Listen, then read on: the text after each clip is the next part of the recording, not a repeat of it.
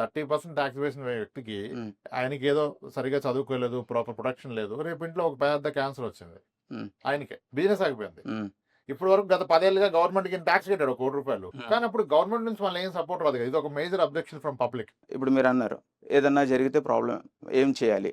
Previously ఇదివరకు దాని మీద కూడా జిఎస్టీ ఉంది. హెల్త్ ఇన్సూరెన్స్ మీద, టర్మ్ ఇన్సూరెన్స్ మీద, వాటి మీద కూడా జిఎస్టీ. ఇప్పుడు వాటి మీద కూడా తీసేసింది. సరే, ఇప్పుడు ఏది కూడా ఏ చేంజ్ కూడా ఆల్ ఆఫ్ ద సడన్ జరిగిపోదు. ఇప్పుడు కొన్ని కంట్రీస్లో హెల్త్ రిలేటెడ్ అన్లిమిటెడ్ ఇన్సూరెన్సెస్ ఉన్నాయి. కొంతమందికి కొన్ని కంట్రీస్ ఫ్రీ ఎడ్యుకేషన్ ప్రొవైడ్ చేస్తుంది. ఇప్పుడు మనకి ఉన్నాయి కానీ ఎఫెక్టివ్గా లేవు. అక్కడ డెవలప్డ్ కంట్రీస్లో ఎందుకు ఉన్నాయి? అందరూ ప్రాపర్గా అక్కడ మీరు అబ్రాడ్లో ఫర్ ఎగ్జాంపుల్ యూఎస్ఏలో చూసారనుకోండి, ఎవరైనా ట్యాక్స్ అవాయిడ్ చేయడానికి ట్రై చేస్తారా?